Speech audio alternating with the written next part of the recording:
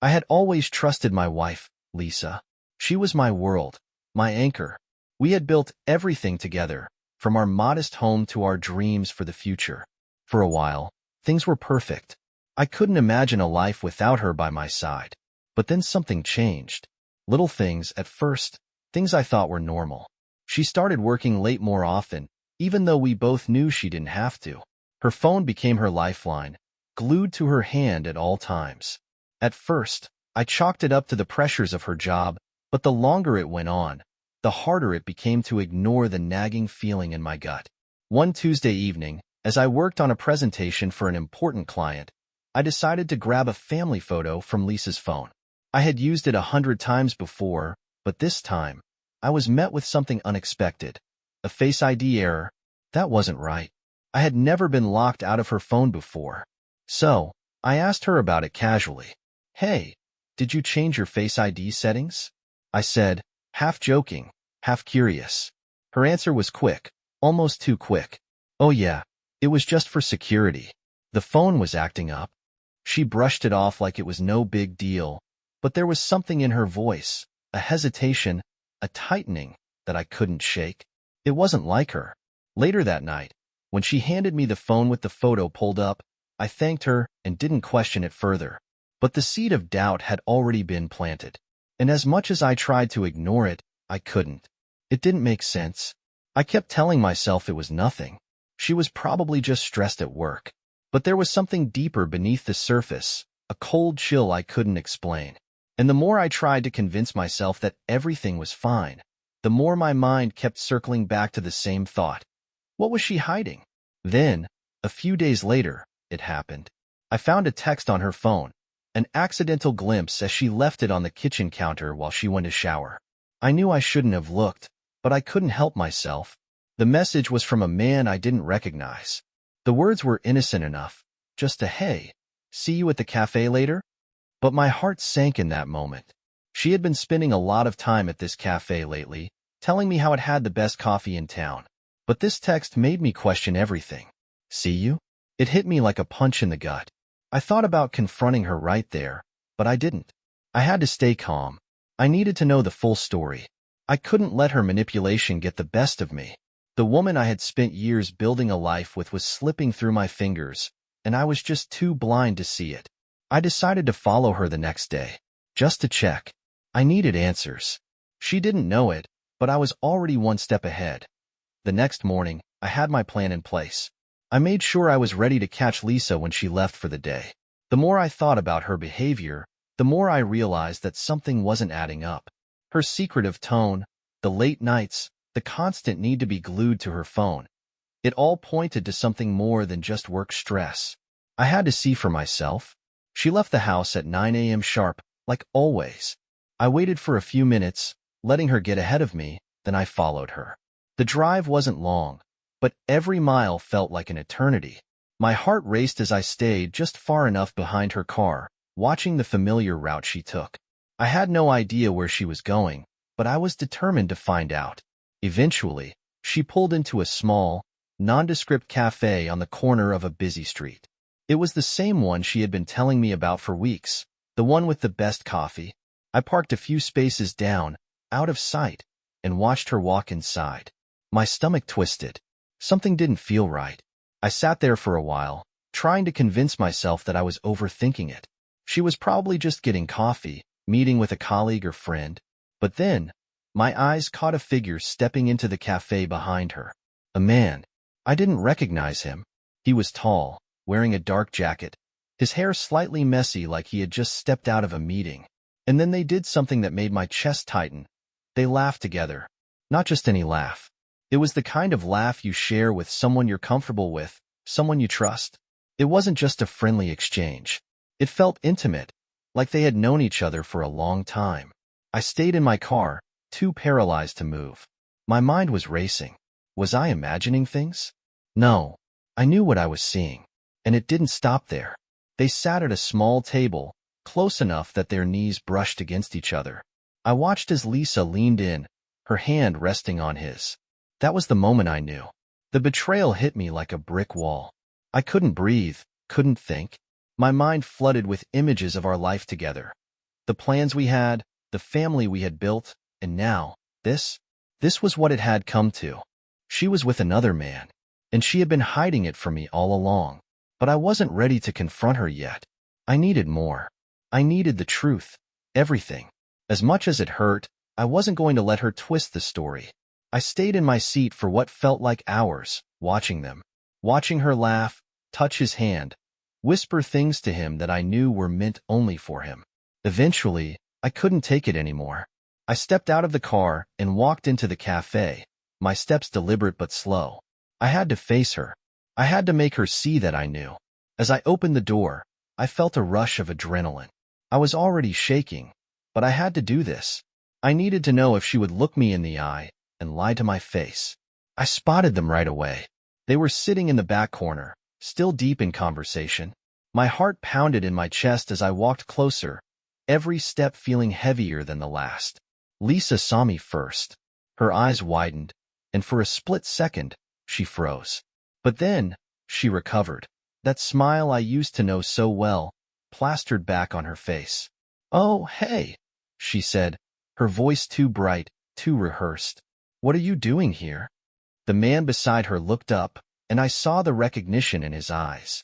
He didn't say anything, just sat there awkwardly, like he had been caught in the middle of something he shouldn't have been part of. I stood there for a moment, staring at them both. I felt my anger rising, but I held it back. I wasn't going to lose control. I had to stay calm. I looked at Lisa, her fake smile not fooling me for a second. "Mind if I sit down?" I asked, my voice cold, too controlled.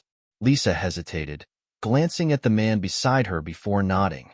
"Of course," she said, her voice wavering just slightly. I sat down, and for a moment, there was only silence between us. I didn't know where to begin. What could I possibly say? All the words I had been rehearsing in my mind seemed pointless now. The truth was out there, right in front of me, and I couldn't unsee it. "So, is this the best coffee you've been telling me about?" I asked, my voice dripping with sarcasm. "Because I'm starting to think this place has more to offer than just good drinks." Lisa flinched, her eyes flickering to the man again before looking back at me. She opened her mouth to speak, but the words wouldn't come. The man shifted in his seat uncomfortably, sensing the tension. I didn't give her a chance to answer. I already knew everything, and I wasn't going to let her lie her way out of this. "So, this is what it's come to?" I said, leaning forward, my voice low. "You've been seeing him behind my back, lying to me, pretending everything was fine when all along, you were here with him?" Her face paled, and for the first time in what felt like ages, I saw fear in her eyes. But it wasn't fear of me.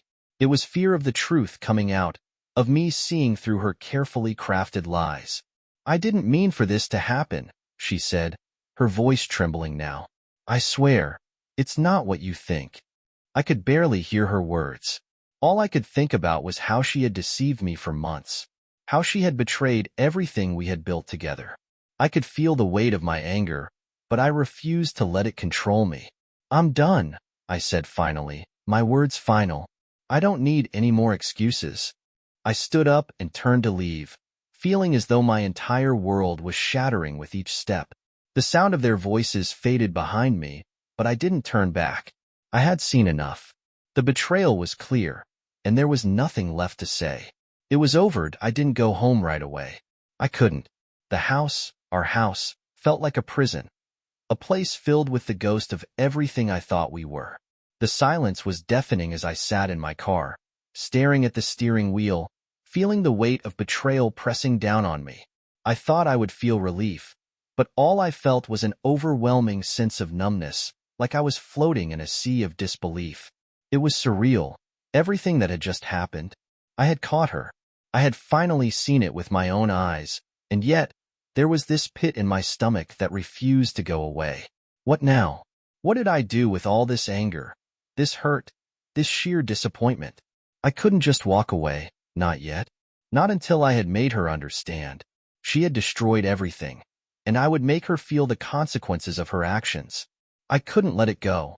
I wouldn't let her walk away unscathed, pretending she hadn't done irreparable damage to our lives. I drove around for hours, aimlessly, letting the dark roads and the hum of the engine drown out the thoughts racing through my mind. Finally, I ended up at a bar I had frequented with friends years ago. The dim lights, the smell of alcohol, and the distant hum of conversation felt like a comfortable distraction. I needed to make a plan. I needed to take action.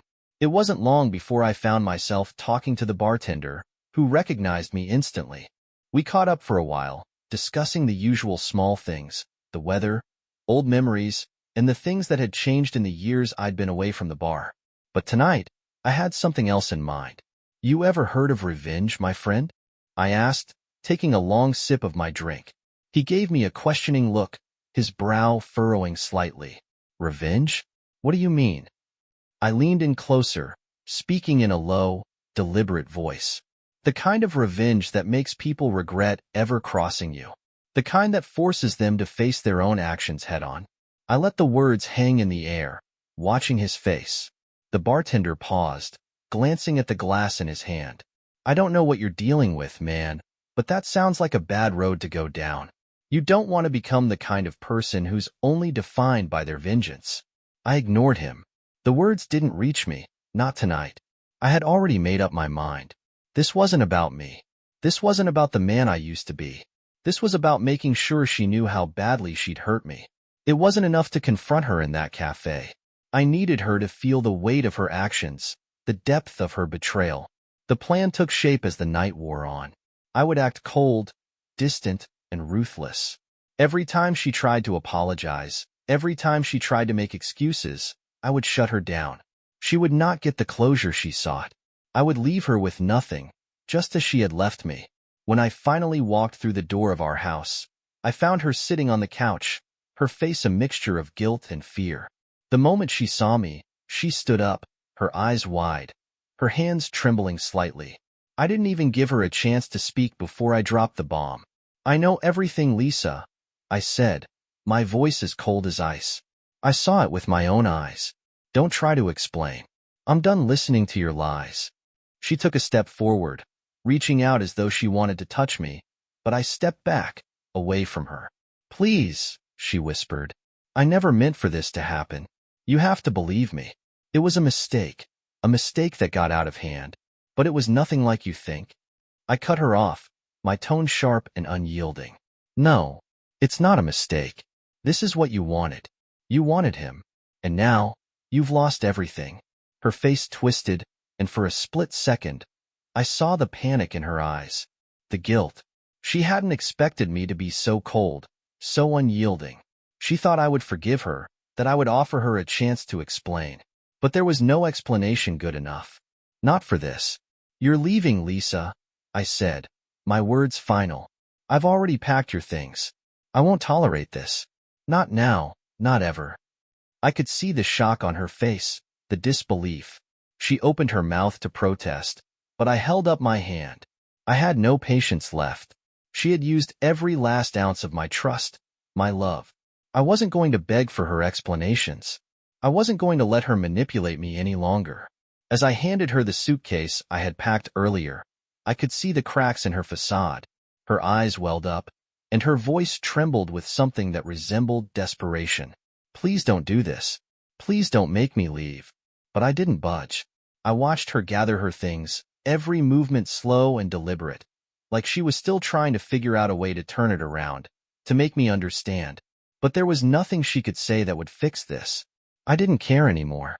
I didn't care how much it hurt, how much it felt like my heart was being ripped out of my chest. This was what needed to happen. As the door clicked shut behind her, I leaned against the wall, breathing heavily. It wasn't satisfaction I felt. It wasn't relief. It was a numb emptiness, a hollow void where my love for her used to be. But she had made her choice, and now I had made mine. I walked to the kitchen, poured myself another drink, and sat down at the table. This was the end of everything. And as much as it hurt, I knew there was no turning back. The house was eerily quiet. I had expected to feel relief, to finally breathe again after weeks of tension, but it didn't come. Instead, I was suffocated by silence. The kind of silence that only comes after a storm has torn everything apart, leaving nothing but the broken pieces scattered around. I couldn't shake the feeling that something was missing. I had done it. I had made her leave, made her feel the weight of her betrayal. But the anger that had burned so hot inside of me, the desire for vengeance, it was starting to fade, leaving something darker behind. I realized with a sickening jolt that I wasn't just angry anymore. I was hollow, and that hollow space had a name: emptiness. I spent the next few days and a days moving through the motions of life, but never really living it. I didn't eat much. I didn't sleep much. I just sat in that empty house, replaying every moment with Lisa in my mind, wondering if I had missed the signs, wondering if I could have done something to stop it all from unraveling. But I couldn't go back. There was no going back to who we were before. I had crossed a line, and so had she. I found myself at the cafe, the one she had visited with him. I didn't plan it. It wasn't a decision I'd consciously made, but there I was, sitting in a corner booth, nursing a coffee that was long cold, watching people come and go. It was as though I was trying to take in the full picture of what my life had become. I wanted to understand the man I had turned into, the man who, just days ago, had been betrayed by the woman he loved. And that was when it hit me. I had been so consumed by revenge, by anger, that I had forgotten who I was. I had let that man, the betrayed, the wronged, the vengeful husband, define me. I had allowed my identity to be shaped by the hurt she caused, and in doing so, I had lost myself. I had become someone unrecognizable, someone driven by bitterness instead of clarity. It was then that I realized something profound. I had to heal, not for her, not for anyone else, but for me. Because if I didn't, I would carry this anger and resentment with me for the rest of my life, and it would poison every future relationship, every future chance of happiness. I made the decision then and there that I couldn't keep holding on to the rage. I couldn't keep letting the betrayal eat at me, because it wasn't worth it. The worst part about betrayal wasn't the act itself.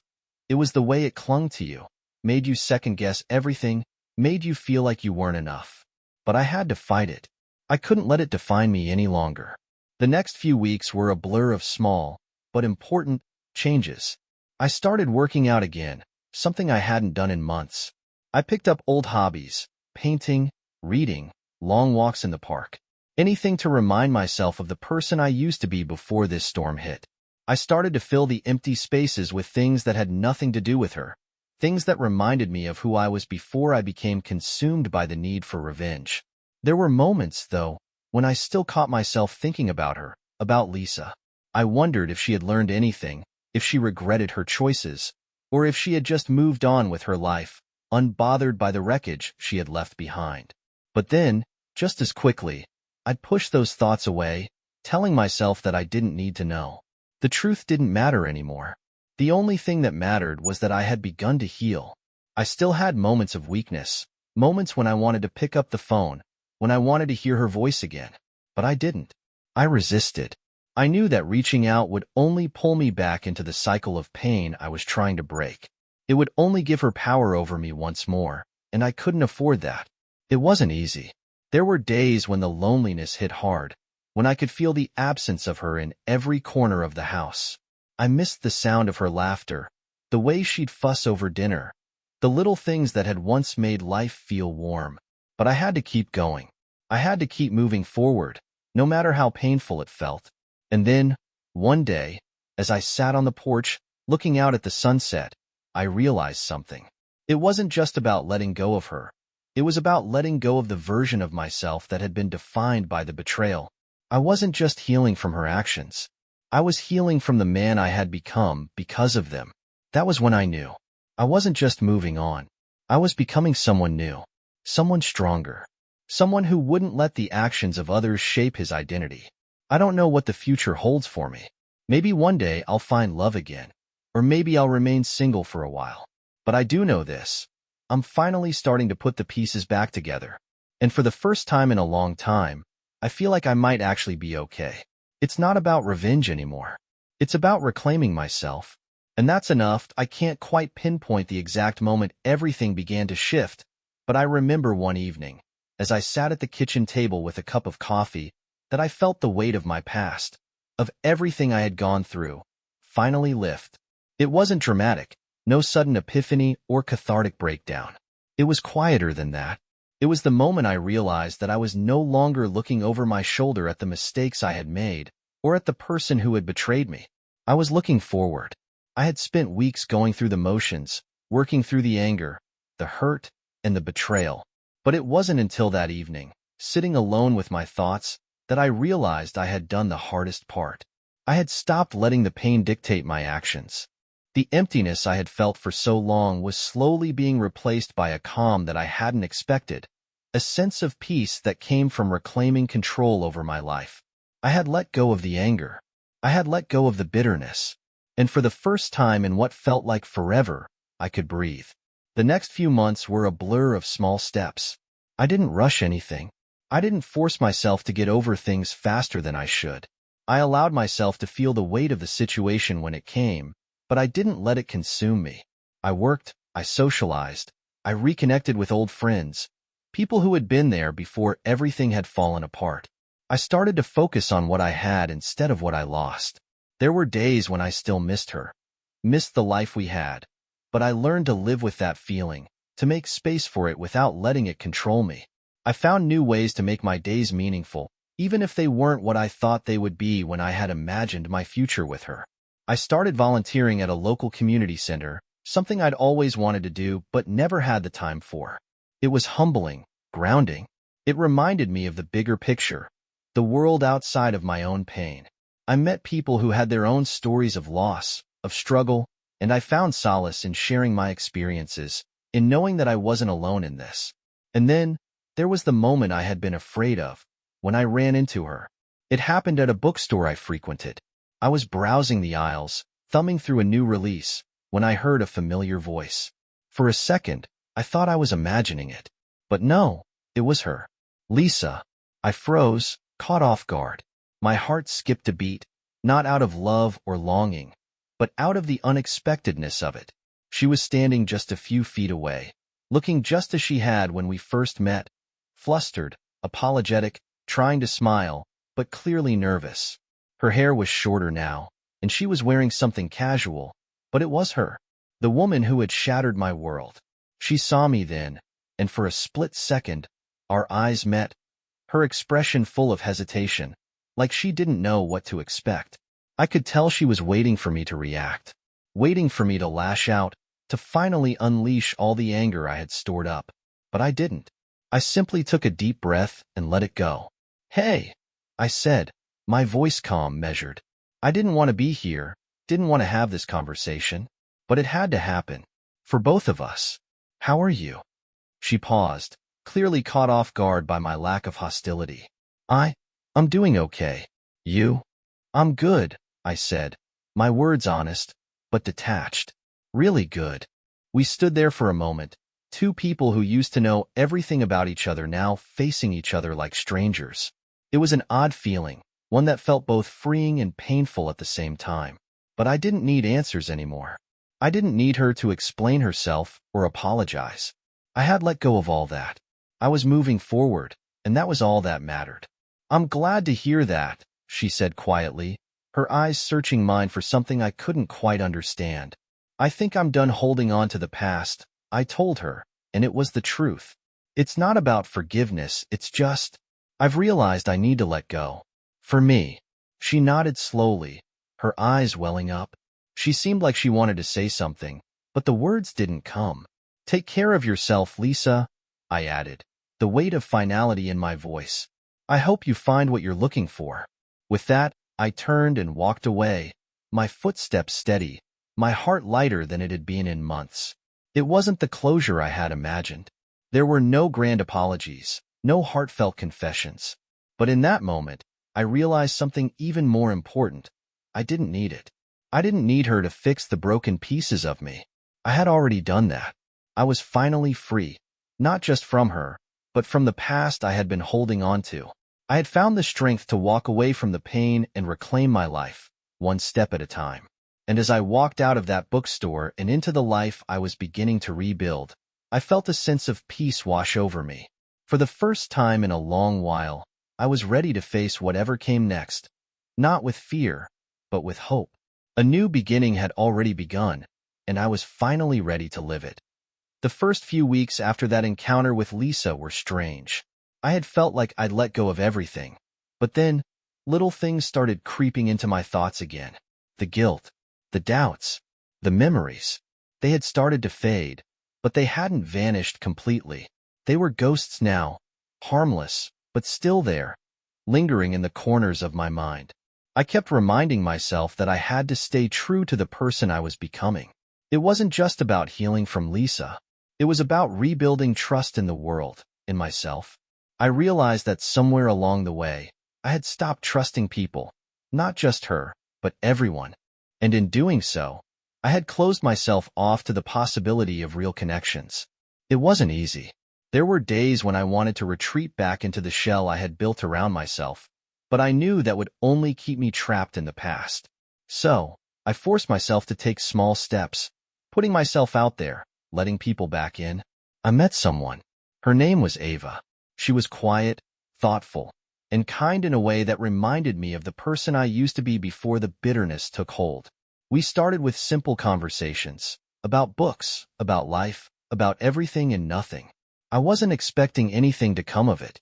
I wasn't looking for a relationship, but it felt nice to have someone to talk to again. Someone who didn't know the weight of my past, and who simply saw me as who I was now.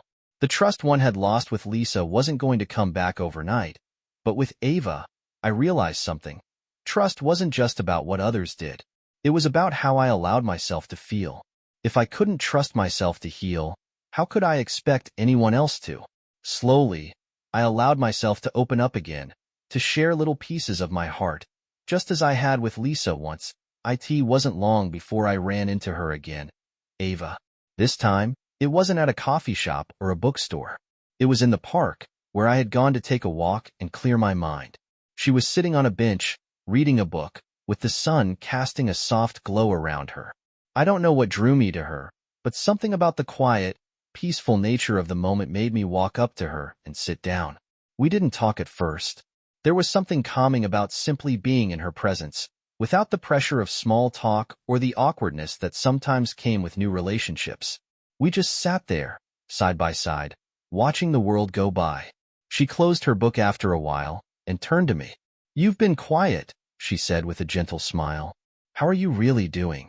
It was a simple question, but it hit me harder than I expected. No one had asked me that in a long time, not in a way that made me stop and think. The truth was, I didn't know. I wasn't sure if I was ready to answer. But when I looked into her eyes, I realized I wasn't scared of being vulnerable. Not with her. Not anymore. "I'm getting there," I said slowly. "It's been a lot. More than I thought I could handle. But I'm starting to understand that it's not about moving on. It's about moving forward." She nodded, her gaze thoughtful. "It's not easy, but it's worth it, even if you don't see it all at once." And for the first time in a long time, I felt like I was no longer in a battle with my past. I wasn't chasing the person I had been or the person I thought I was supposed to be. I was simply being present. The moment of clarity came when I was cleaning out a drawer in my kitchen one afternoon. It was just an ordinary task, sorting through papers, bills, and old receipts. But then, I found something. It was a photograph of Lisa and me on a trip we'd taken to the coast years ago. We were laughing, our faces bright with happiness. It was one of those moments that felt like everything was perfect. But the strangest thing happened when I looked at the photo. I didn't feel the familiar ache in my chest, the sense of loss that usually came with anything related to her. Instead, I felt peace. I looked at the photo, then set it down. It was part of my past, but it didn't define who I was anymore. For the first time since everything had fallen apart, I realized I had let go. Not just of the anger or the resentment, but of the need to hold on to the past as if it could give me the answers I was searching for. I didn't need it anymore. The next few months were about learning to live in the present again. I focused on the things that made me happy, even if they were small moments of peace. I reconnected with old friends. I traveled, just for the sake of traveling. I went to new places and learned to enjoy the freedom I hadn't realized I had been missing. One day, while hiking in the mountains, I found a quiet spot by a river, the water rushing past in a constant flow. It was the kind of place where you could breathe deeply, where everything just seemed to make sense. I sat there for a while, listening to the sounds of nature, feeling the cool breeze on my face. It was in that moment I knew I had found my peace, and for the first time in a long while, I realized I was enough. Not because of the relationship I had lost, but because of the person I had become. As I stood at the edge of that river, I finally understood what it meant to move forward. It wasn't about forgetting the past. It wasn't about erasing the pain or the mistakes I had made. It was about embracing all of it, the joy, the heartache, the lessons, and using it to shape the person I was becoming. I wasn't looking for answers anymore. I wasn't searching for closure, for validation, or for the approval of anyone else. I had found all that I needed within myself, and in that quiet, peaceful moment by the river, I knew that the future was mine to create. The path ahead wasn't clear. There were still uncertainties, still moments of doubt, but I was no longer afraid of the unknown. I had faced my fears, let go of the past, and learned to trust myself again. And with that, I stepped forward, ready for whatever came next.